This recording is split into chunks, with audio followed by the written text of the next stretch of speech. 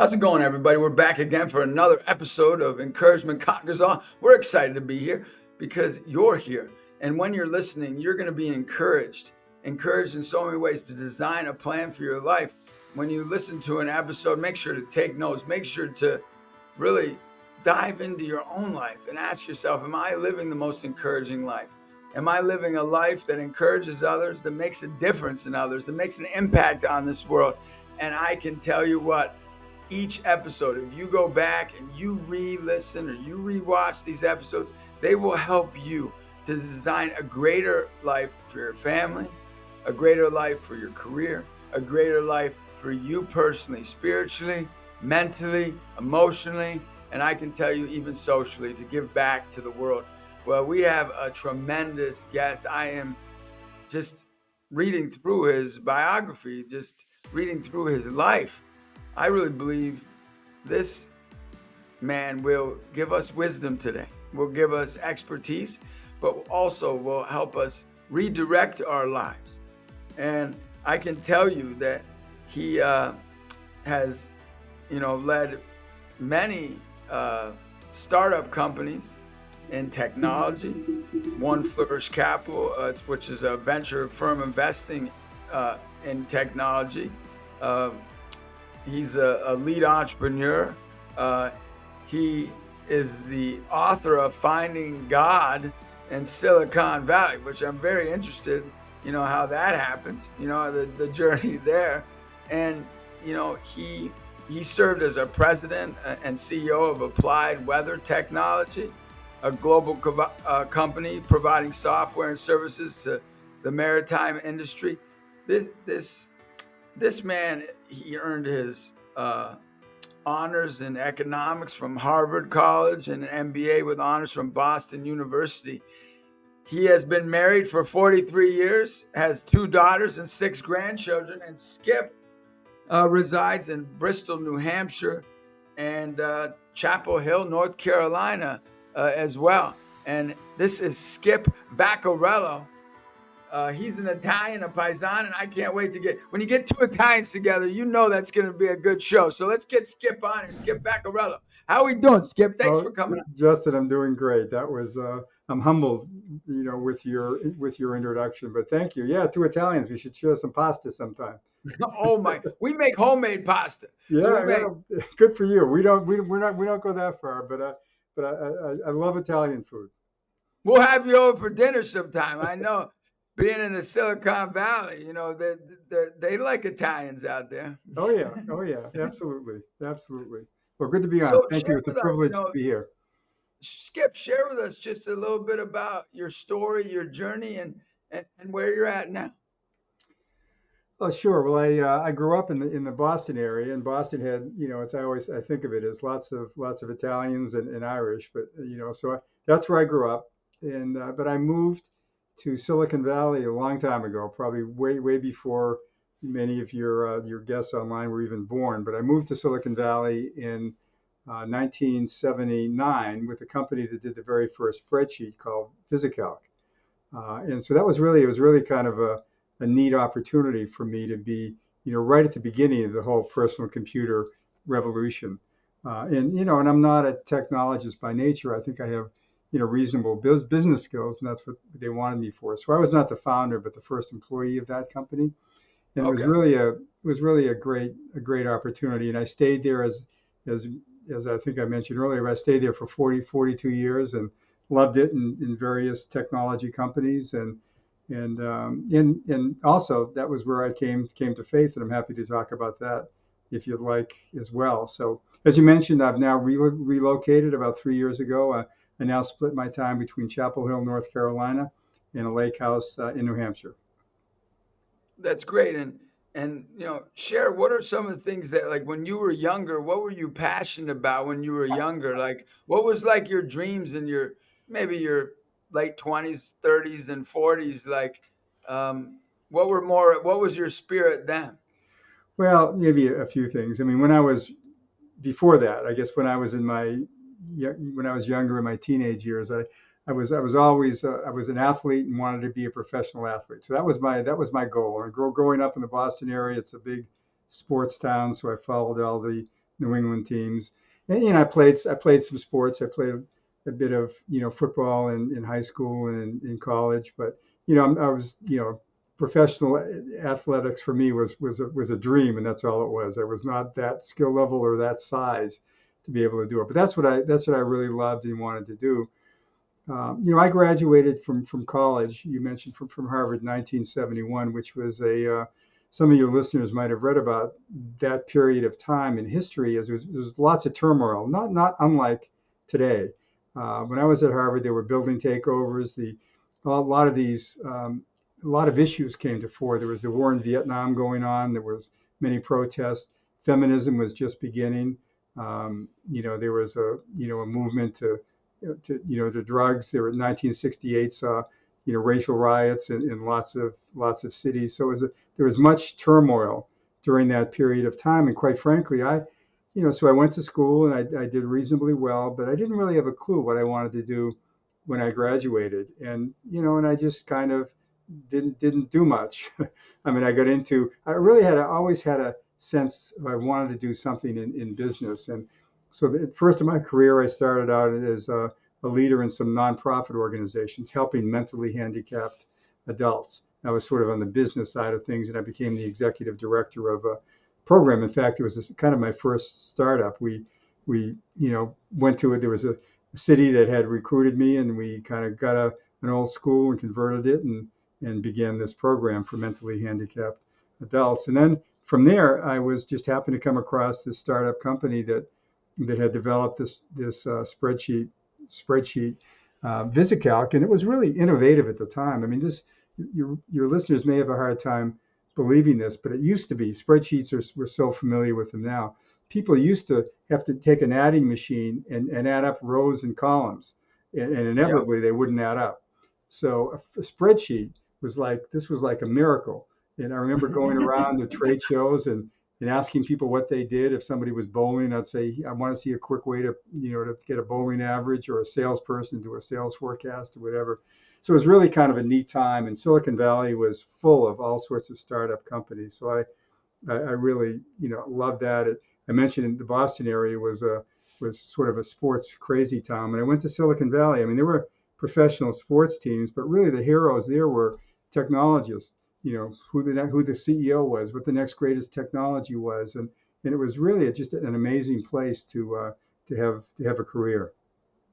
Yeah, and you shared like you've come similar to my mentor, who I talk about a lot on this show, who's helped me out, who I'll see with him in a couple weeks.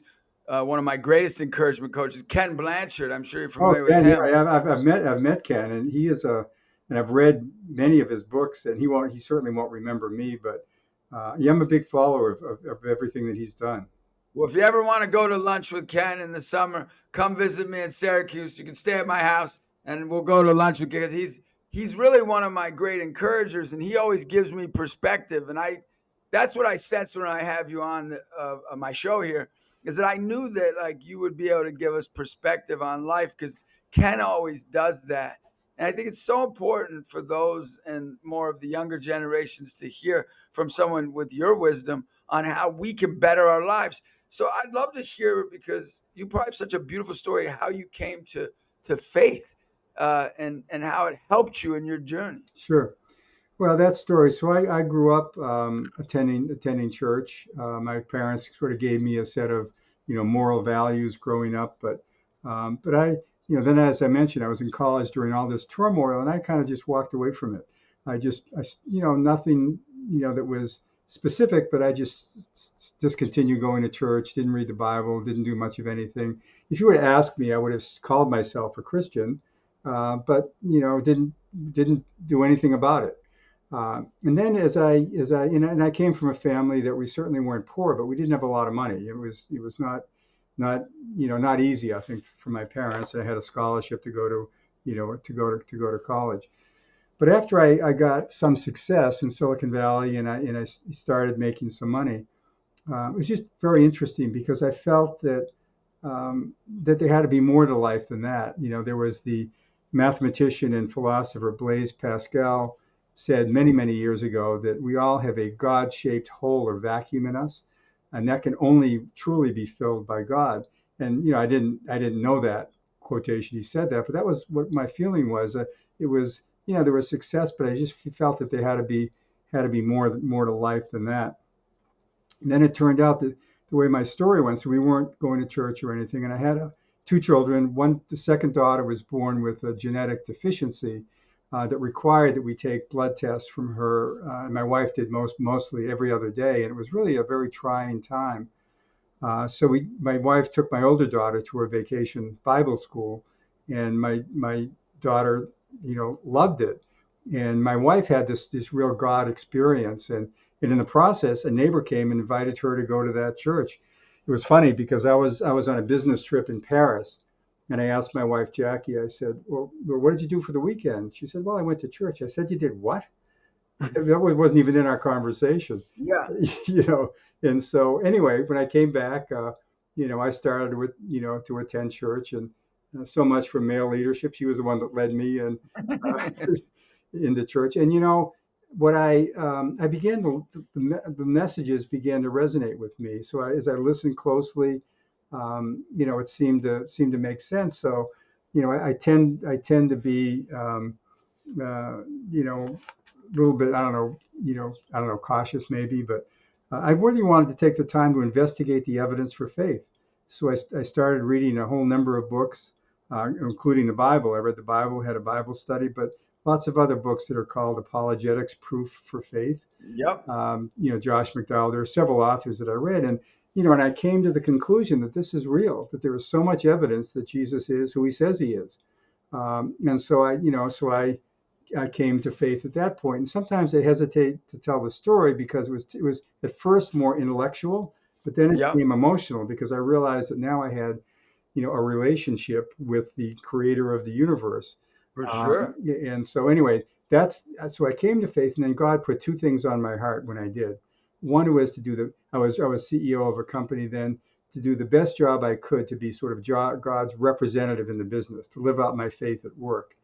And the second thing was, to help other people know who Jesus is. And I look around the church we were attending; there were a lot of empty spaces, and so that really became a personal passion for me, is to help others know who Jesus is through personal conversations and all that. And one thing that led to is I ended up kind of restarting or kind of taking over an event that we ended up calling the Silicon Valley Prayer Breakfast, in which we would have technology leaders, typically sometimes professional athletes or nonprofit leaders, come and just talk about whatever their profession was, but then talk about how God was working in their lives.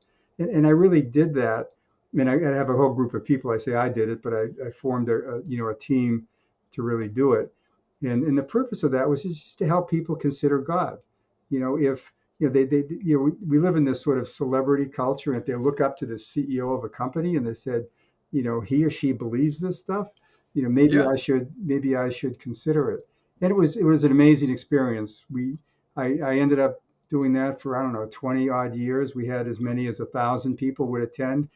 We did this at the Santa Clara Convention Center in Silicon Valley, and the staff there said that it was the biggest event. We started at 7:30 in the morning at that time of the morning, and it was really encouraging to have lots and lots of people and testimonies, and many people, who really, had began to have conversations about faith. So anyway, it all led to that, and that led to the book. I took some of those people that I got to know. I was really pretty much embedded into the Christian community in Silicon Valley, and I wrote their stories in the book, Finding God in Silicon Valley. Yeah, I love. I'm going to check out that book, and hopefully everybody will check out that book. But did it help? Did you think faith hindered your relationship with customers or with colleagues or with people you were working with, or did it help it? What would you say? Well, I'd say ultimately it really helped. It's because you tried, and I certainly was imperfect at doing this, but you tried to live by, what I might call biblical principles. So you tried to do the right thing, and so that was really helpful. Now there were times when you could take, it was very tempting. You could take a shortcut or do something that wasn't right. Maybe get a short term, benefit from that. But I tried not to, and to be, is part of, the part of the Christian faith. I mean, is this? It's called the greatest commandment is to love God with your whole heart, soul, mind, and body, and love your neighbor as yourself. So Yeah, Matthew that's 22, 37, 39. yeah. So I tried to just really love and care for people, the employees in my organization, the customers we had, and so I tried the best I could, and I say it imperfectly. I did it, but those biblical values in the way that I work. So ultimately it helped. I mean, there might have been in some ways it could have cost me some money, but that wasn't important. I remember there was a point in my career where I had this company that we sold to a much bigger company, and I was like a division general manager, and then they wanted me to take a higher level position. But I had young children at the time, and realized that as I looked around, these were good people, but they essentially were giving their lives to the company. And I said I really didn't want to do that. To me, it was important to be with my children and my family, so I turned that down. And instead, I started a company. And you say, well, that's crazy.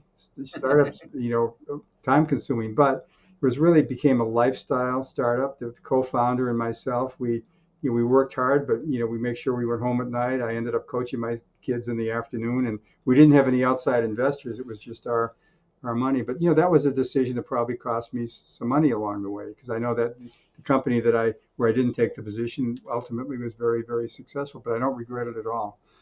It was great to be around my children as they were growing up. Yeah, and how would you say how has faith helped your family life?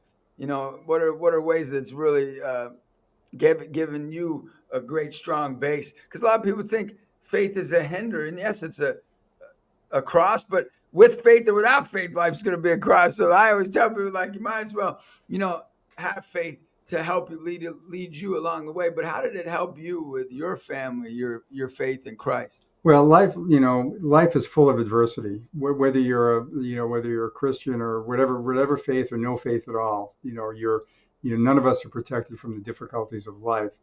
But when you do have that relationship with Jesus, you have a long-term perspective, what I might call an eternal perspective. In the end, things are going to work out. God wins, and we win, even though there's chaos in the world and life can be challenging and can be difficult. And so for me, it was important to do the best I could to bring up my daughters, in a Christian home and in faith. And I'm very happy to say that they are followers of Jesus, as all six of my grandchildren are. Wow, And so I that's a pray for them. tremendous legacy, Skip. Oh, well, it is. That's probably the most important thing that I've done is that. Really? Yeah, You've yeah, done a lot of things. no, I no, read no, up. no. But that was one clear role that God gave me, was to be a husband, a father, and now a grandfather, and investing Why in. would you say that's most important for you? I know you say that emphatically, and you really believe you're convicted by it. Well, I mean, that is legacy. We're given, our children and grandchildren, and to speak, into their lives, and then have them be followers of Jesus. I mean, ultimately, I know as a follower of Jesus, we're going to be together in heaven one day. That's an eternal perspective, right? And so, to me, that's very important. They're the flesh and blood that were really part of me. So that's the most important thing. I mean, other things I think if I've helped people on their spiritual journey, that's probably the biggest thrill that I have. Is I enjoy engaging with people in spiritual conversations, and you can never push your faith on someone, but it's sort of like, but if you know the solution to something, if somebody knows the cure for cancer, don't they want to tell someone with cancer? For sure. If I know the cure for life, the purpose for life, would you want to tell someone that? And you can never push it on people, but it's just you can kind of live it out, and anyway. So to me, a great thrill has been when I know that I've helped someone on their spiritual journey through conversation or my book or the events or whatever. Um, And so right now you know, I have a family member that I'm really, really tight with, who always says something. And I'm asking you this question. I'm looking for Skip Wisdom. We're gonna bring you on, and just you're gonna be like my Skip Wisdom. Skip Wisdom's coming on again. But I gave him this book because Mark Twain, who is a very avid, of course, writer, and everybody knows him, and he wrote a book that nobody knows about because he spent 12 years writing it, and he was even nervous to publish it because it would make him seem as though he had all this faith in the world. But it was about his hero, and his hero was nobody knows this, but his I'm not hero aware is of this book. No. yeah, his hero is Joan of Arc. Oh, really? Yeah, you can get the book on Amazon. It's like hard to find, but if you look it up right away, you'll get it. Joan of Arc.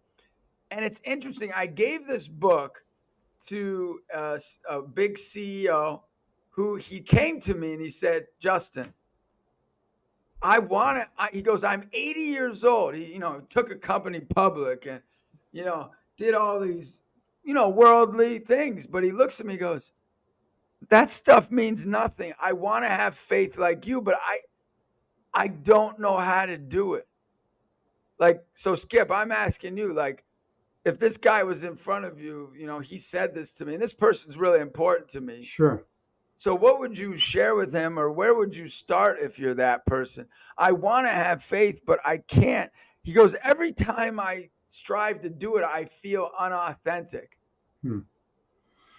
Well, very, very interesting. I'm not sure, what I would suggest, but maybe it sounds like he might have done this, but sometimes it's a matter of trying it.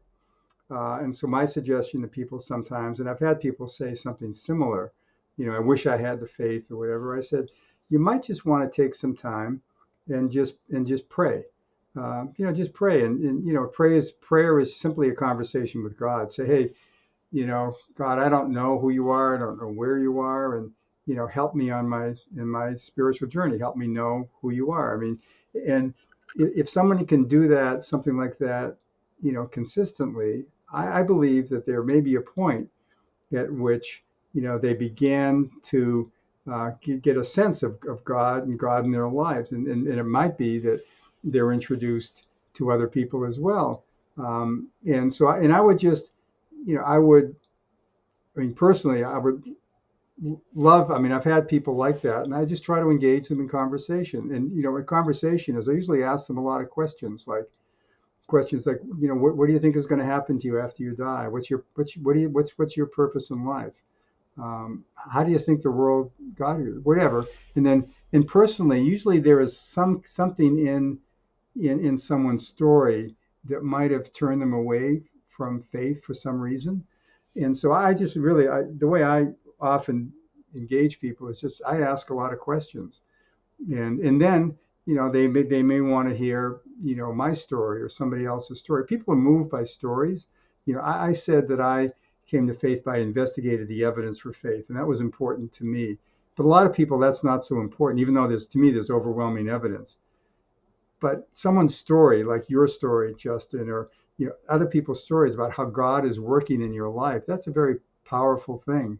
Um, and so I guess my recommendation would be to your friend is just, try it. Pray. Occasionally might, look at a church service online, read the Bible. Just take the Bible and see, what do you think? Start maybe with the book of John or Matthew or something like that. And you might just say, hey, listen, let's have a conversation. Maybe why don't we kind of do a little Bible study together and ask me as many questions as you want. I've had that work with people. I say, okay, I'll give it a try. And because most people have never really picked up the Bible, they may criticize it and say, well, this is a bunch of myths and whatever else, but they've never really read it. So I mean, I might try things like that if he's willing. If he says he really wants faith, say let's just start with the Bible. Say let's just look through the book of John or Matthew. We can read a couple of paragraphs or a chapter at a time, and let's talk about it. And what you might find is what I find is they'll ask great questions. You Yeah. might, that'll challenge me. I'm not sure the answer to that, but what I find is, but I say, well, let me find out more, and then you're going to have another conversation, and it'll help you in your faith as you try to figure out the answer to the question. So I don't know. I guess my advice to summarize it is just have him give it a try, and maybe start a Bible study and have him just try praying. Yeah, and this person who's 80 years old, I just love this person so much. And so the other thing I'd ask you is like, what's the evidence that you came up with in your journey that really hit you? Like, man, these two or three things, the, God, Jesus has to be real. This really is it. I would say that the one of the main pieces of evidence for me was the changed lives of the disciples. Is they were they were when Jesus was crucified, they were cowering. They thought that they may be next. They thought he was the Messiah, but then he died. Right, he died on the cross and he was crucified. And yeah, but then you know when he was resurrected and he appeared to them, and he appeared to them a number of times, their lives changed. And 11 of the 12 disciples were killed for their faith, and most of them were tortured for their faith. Unbelievable. It was really, and to me, that's real evidence. People that have gone to that extent to die for their faith. Now, you may say, or somebody might say, well, there are lots of people that die for their faith. The suicide bombers, they think that, they think they're dying for their faith, as an example. But the difference is his disciples were eyewitnesses. They saw Jesus die, and they saw him when he was resurrected after. So they were an eyewitness, and they gave their life for that. People don't typically give their life for what they think is a lie. So I would say that was probably the most compelling piece of evidence for me, and in and around the resurrection and the changed lives of the disciples. How's it going? It's Justin Fatica, and I can tell you I'm so thankful for your encouraging messages and engagement and joining us for our videos that we hope are bringing you encouragement when you need it most. Now, before you go, I want to tell you about some exciting news. Since I was 19 years old, it's my dream to build facilities for kids. Well, that dream is happening. It's a place where young people and their families can relax, socialize, work out, be encouraged, that they can make a difference in somebody's life every day or have their lives be impacted. That's where we need you. We need you to ask yourself if you'd like to help us to break ground. You can be a part of this mission within less than 1 year. But if we don't have help, we can't do this. Now, I know right now there are a lot of people struggling, but we're just looking for pocket change, a rainy day fund, or to connect us with partners who can help make this dream a reality. We want every single kid and every single family to know they're amazing. And it starts with you. Please like, share, and subscribe to our content so we can keep you updated, so you can keep us going. And together, remember, we are making a lasting impact. Thank you for your generosity. Thank you for your support. And stay encouraged. And never forget, you were made for an amazing day. And it starts with what lives within you. You're amazing. Yeah, I'm with you. When I look at the resurrection and how many people accounted for that, they were looking for this guy to not be real. They were, that's why it's written down. There's been investigation, for over 2,000 years. How couldn't this be real? And I think right now in our country, a lot of people are talking about the bad things that are going on. I think there is a resurgence in faith. Wouldn't you say so? I think there is too, and a lot of that's not being publicized at all. Yeah, I mean, you see there are, even I was just reading recently in Europe, there's beginning to be a little bit of revival. There are these big gatherings of Christians in France and in England, and kind of Europe is sort of a post-Christian community. But I think there is a resurgence, and we've seen some of the evidence on the college campuses over the last couple of years. And these things don't get a lot of publicity. And interesting, where I came from, Silicon Valley, most people think of it as, and it is true, it's a really very secular place. They think of it as like God in Silicon Valley. How can that be? And there is some truth to it in that it's one of the most unchurched places in the country. In fact, I just saw a survey, and it was something like, it topped the list, something like 70% of the people in San Francisco don't go to church even once a year. But what I found is that there's a movement of God happening in Silicon Valley. And I see much evidence of that. There are churches that are growing. There are entrepreneurs that are building their businesses for the glory of Christ. There are, some of the top venture capitalists in the world are followers of Jesus. There is Pramod Hawk from Norwest Ventures, and a number of others. There is a group called Faith Driven Entrepreneur and Faith Driven Investor that was started out of Silicon Valley. Henry Kasner heads it up. And this is a sort of a Silicon Valley thing. There are these, you look at most of these companies, Facebook and LinkedIn and, all these high tech companies, which are pretty secular, but, there are Christian fellowship groups within each one of those. And I've had the opportunity to speak to them. And these are people that are really, really doing their best to live out their Christian faith within those companies. One thing I found in my research when I did my book is that, and this was really evidence from many people who have come out from outside of Silicon Valley, maybe from the South or the Midwest, in which there are more people that proclaim their Christian faith. They come into Silicon Valley, and there's not an advantage to be a Christian in Silicon Valley, whereas it might have been in their community in the South. But what they found, and they told me, several people told me this, is that the people who say that they were Christian in Silicon Valley tended to be much more committed to their faith. They were serious about it from where they came from, and it's because there's not an advantage. So, but there is this group, and it's a growing group of people that are committing to make a difference in Silicon Valley. One of the best known people is Pat Gelsinger. Pat is CEO of Intel, one of the biggest high tech companies. Yeah. And he is unabashedly Christian. I mean, if you look at, if your listeners, will, Google his name, Pat Gelsinger, they'd see his Christian testimony all over the place. And he also started something called Transforming the Bay with Christ.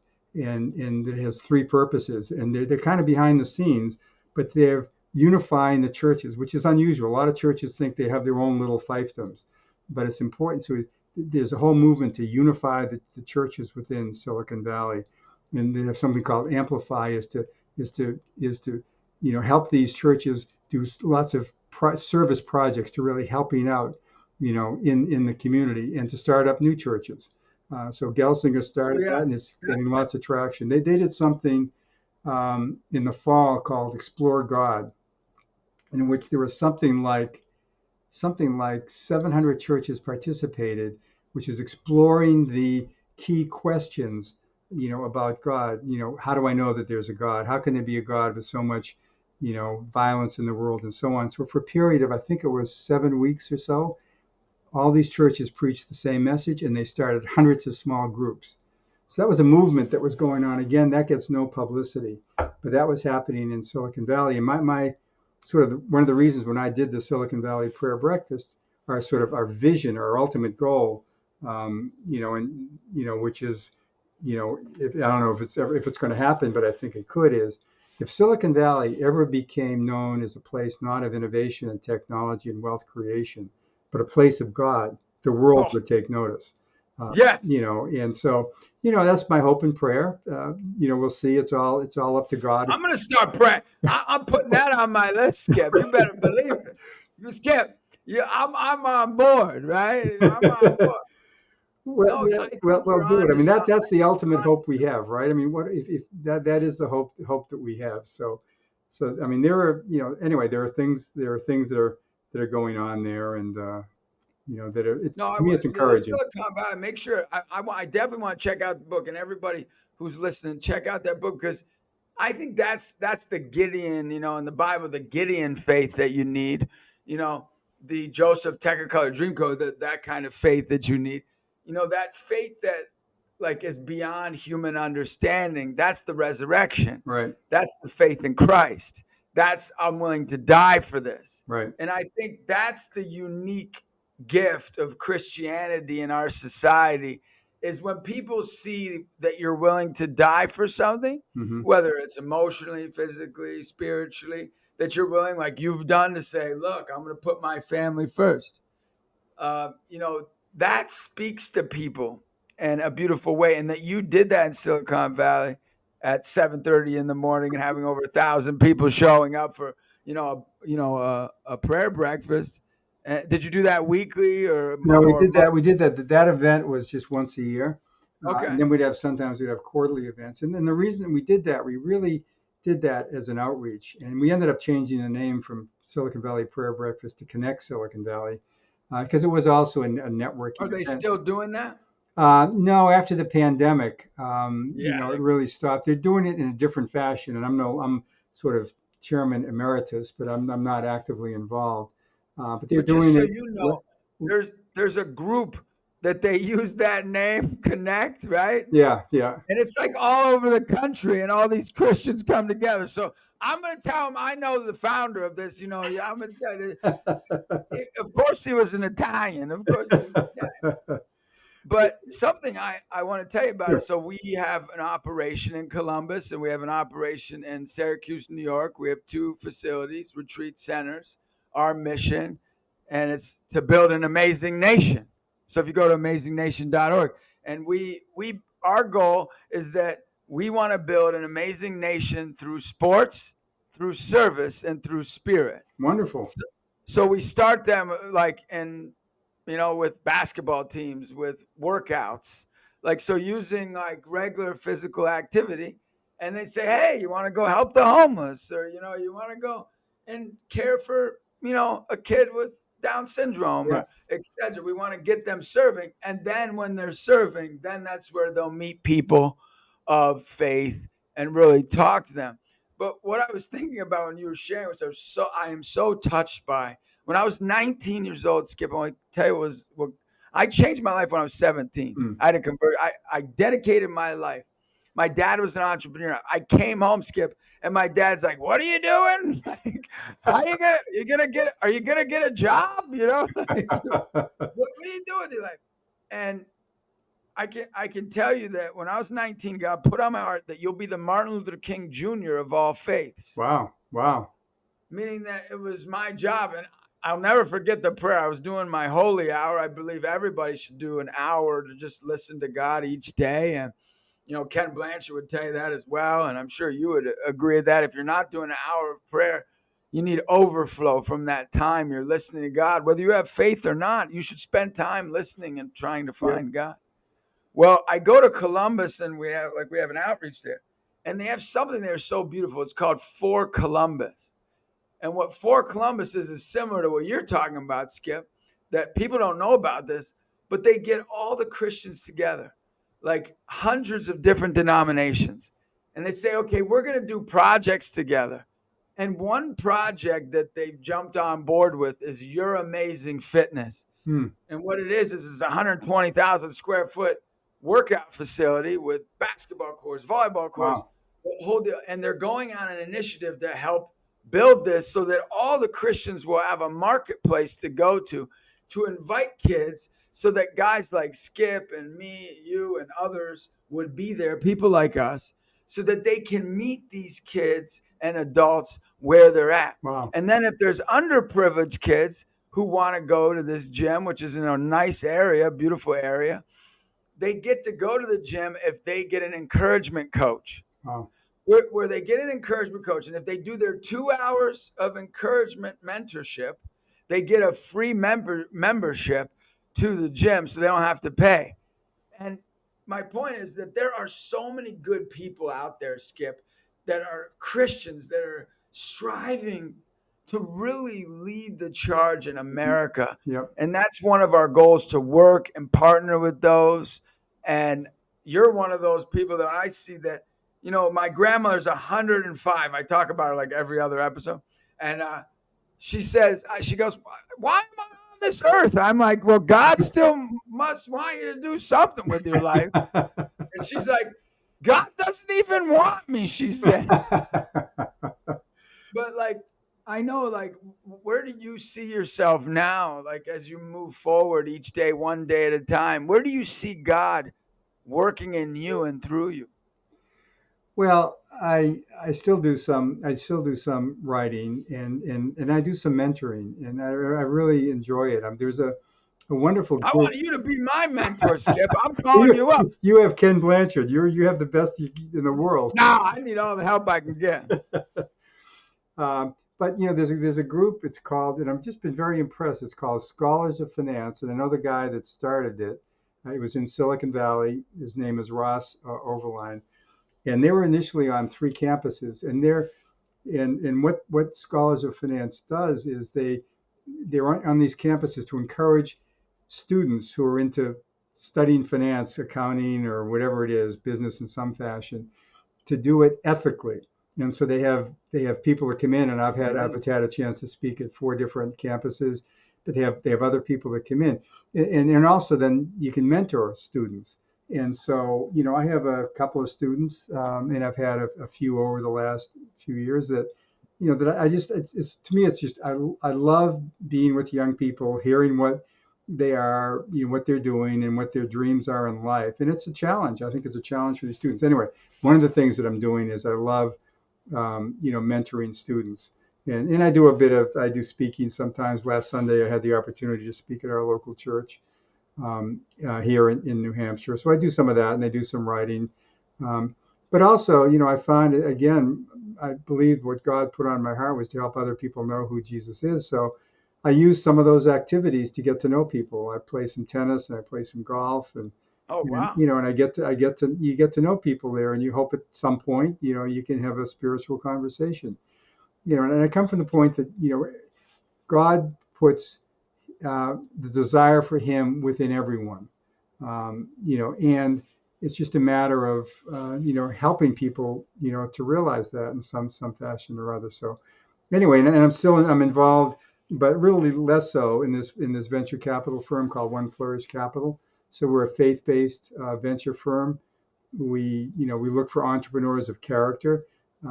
Most of them are probably Christian, but not all of them necessarily. But we look for people who really want to run their business the right way, and also that might have a technology that could change the world. And I love being involved and getting to know some of these young entrepreneurs that are trying to build companies to make a difference in the world. So anyway, I keep busy with a That's number of those tremendous. different things. And you get to spend time, I'm sure, with your Oh yeah, grandchildren and your kids. yeah, they're all coming. They're going to in the July. One group will be here for the whole month, and another will be here for 2 weeks. So we'll have 12 people all together in the house and cooking pasta and having fun, playing games, fishing, and all that stuff with the grandkids. It'll be great fun. So as we close out here, Skip, what would be something that you could share, that maybe something that you would have changed, earlier on, and something that you've some commitments you've made there, like, man, if you do this, I promise you, your life will never be the same. Well, it took me until my 40s to really become, a follower of Jesus. And I think, and along the way, I probably made some, always not so great decisions. So, my one encouragement would be for people to, consider faith. Consider faith in Jesus. Investigate the evidence if that's what you want. Talk to people like Justin and others, and wherever they are in their community. So that's, I mean, to me, that is the most important decision in life you can make, is where to put your trust and faith. You can put it in yourself, you can put it in your family, you can put it in your business. And too many times I saw in Silicon Valley, that's what people did. They put it in their business and they lost their family, and they might have had a lot of money, but a lot of money doesn't necessarily bring happiness. So maybe the one piece of advice would be to consider faith. I'd say the other is to really, um, you know, be serious about who you are as a person, the character that you're becoming. I did a little podcast series on who do you want to become, and it's I think it's our character is something that'll develop our legacy. It's not necessarily what we accomplished in life, but it's who we are as people. And so to spend some time, in your character, who am I? And I was asked this question yesterday, and actually one of the students I was mentoring, what you think was the most important characteristic, and I believe it's humility. You think of, Jesus was very, very humble. One of my favorite business authors is Jim Collins, who did a study in addition to Ken Blanchard and Patrick Lencioni. If people have to read another guy, I Oh love yeah, it. I've met him. He's good. He's a good I mean, guy. we had him as one speaker, and he talks about an ideal team player as somebody that is humble, hungry, and smart. And Jim Collins says one of the key characteristics of successful CEOs are those that are humble. That it's about their company, not about themselves. One other thing I'll just insert there is I'm still a fan, and maybe your listeners are not huge Boston Celtics fan, but I still was and am. Joe Mazzulla. Yeah, Missoula. And you know what Missoula does? Missoula before every game, he is unabashedly, Christian Catholic. He walks around the arena and prays before every game. Yeah, he prays a rosary every game. Right, before every game. And Jason Tatum, one of the stars, he has all these tattoos over them, and these are biblical references. So and you look at them, they were successful because they were unselfish, they sacrificed, and they played as a team. It wasn't about them individually, it was about the team winning. And so to me, that's a formula for success for any organization that you're in. It's not about you, but it's about the team. What can you do to make this group, this team, whether it's your family, if it's your small business, successful? And I think humility is one of those important characteristics where it's not about you. And that's the big, I think, I'd say that's the big battle in life, is between being self-centered or being God-centered. And we have a tendency to be self-centered, which that's the way I think of sin, as being self-centered versus being God-centered. So anyway, I'm probably Yes, I am. preaching a bit. You know what the middle letter of sin is? The Aye. middle, Yeah. exactly. Yeah. Like there's a reason for that. It's the Yeah. Yeah. middle letter. And it's important to know that, like Ken Blanchard always talks to me about, ego, is edging God out, and true ego is Yeah. exalting God only. And that's what Mazzulla and those other guys. It's kind of the secret gift.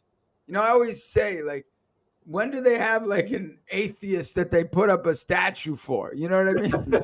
Yeah. You know what I mean? Like, not that you want a statue, but if you want to like really make a mark on this world, it's usually 95% of the time people of faith, Yeah. Yeah. people of family, Right. and people of their country. Right. That's So right. that's what we creating an amazing nation, and you're creating. Let me tell you something.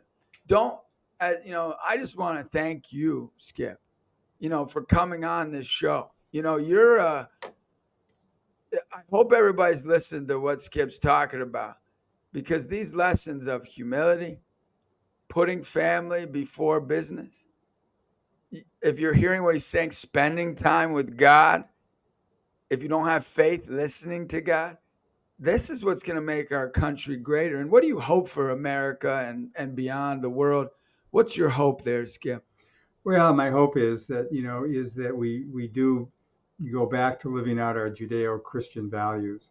That to me, that's the only hope we have. We see all this chaos in the world, and a lot of it is about ego, about self-centeredness, and so that's my hope. And I continue with that hope, and it happens one person at a time.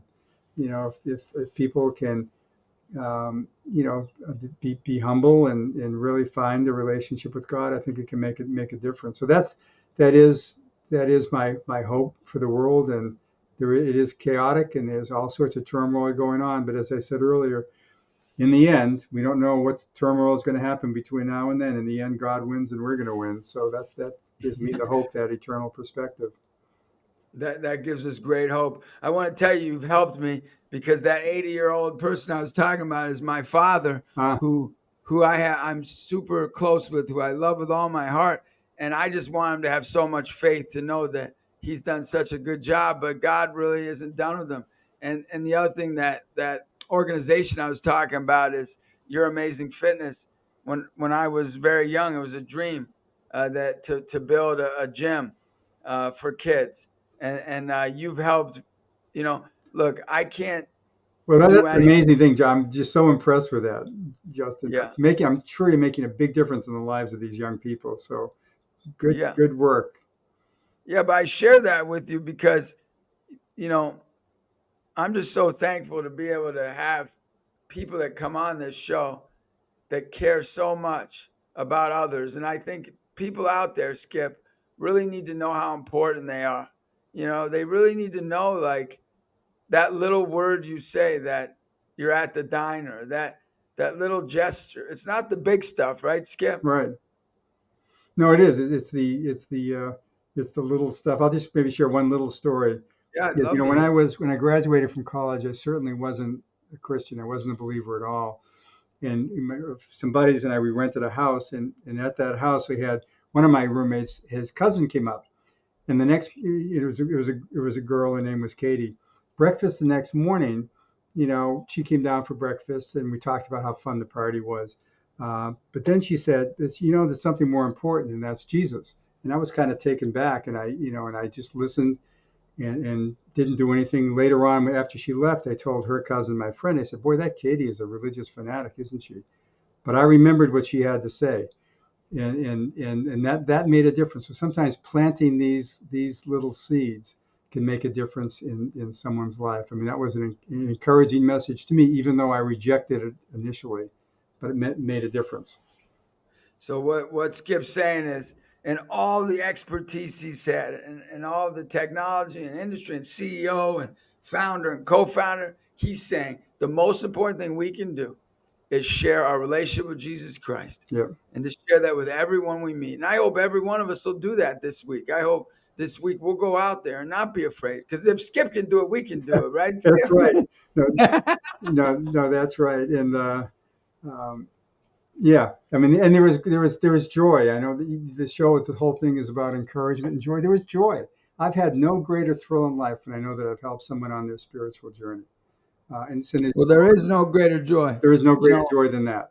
Absolutely, absolutely. Yeah, I had over 170 people come out to my son's graduation, and it was a greater gift that happened because I saw what an impact my son has had on all these people.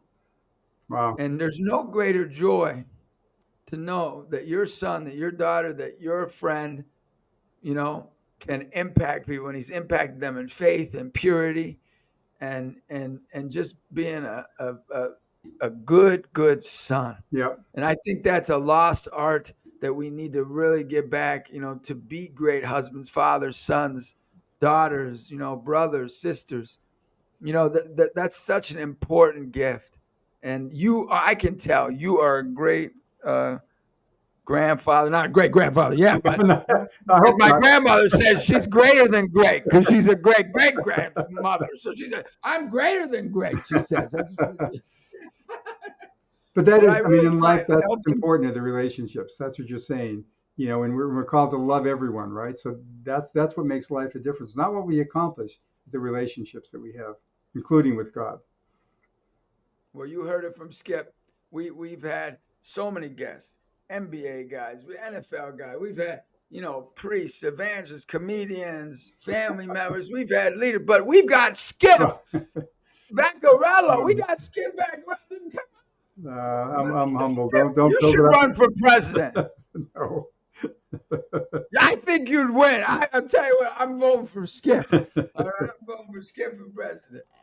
No, but we had a great time here, and We did, Justin. the, It's such a pleasure to get a chance to meet you and beyond the program. And I want to encourage you to continue to do what you're doing. You're making a difference.